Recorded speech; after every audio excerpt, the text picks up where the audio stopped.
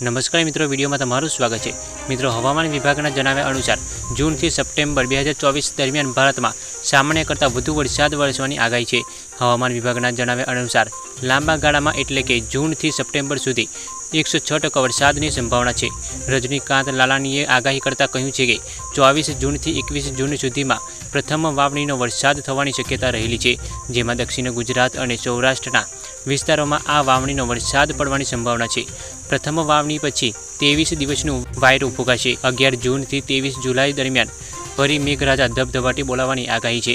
આ સમય દરમિયાન મોટાભાગના જળાશયો છલકાઈ જશે। 24 ઓક્ટોબરથી 3 સપ્ટેમ્બર દરમિયાન સમગ્ર ગુજરાતમાં એમાંય ખાસ કરીને સૌરાષ્ટ્રમાં ઝળહળતો વરસાદ પડવાની શક્યતા છે।